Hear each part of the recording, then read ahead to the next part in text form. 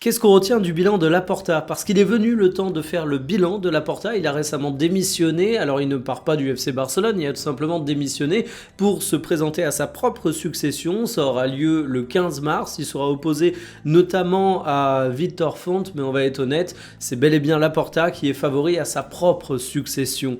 Alors Laporta, c'est quand même un mec où j'ai une image qui me revient en tête de façon récurrente quand je pense à son bilan, c'est toute la communication autour des leviers financier. C'était devenu un véritable gag.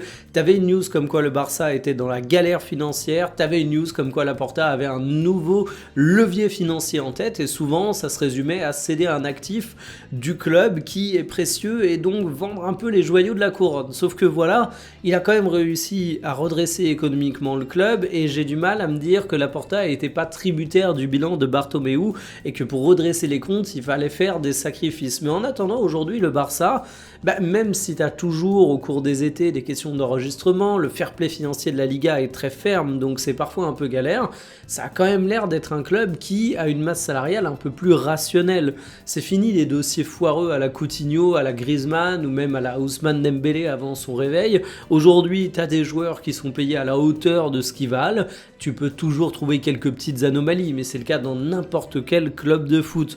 Je trouve également que le Barça, c'est un club qui s'est bien redressé. Tu as eu une petite période faible sous Bartomeu où tu avais certains supporters qui commençaient même à s'inquiéter de connaître le même destin que le Milan, qui a été très brillant à une époque en Italie et qui a eu un vrai passage à vide.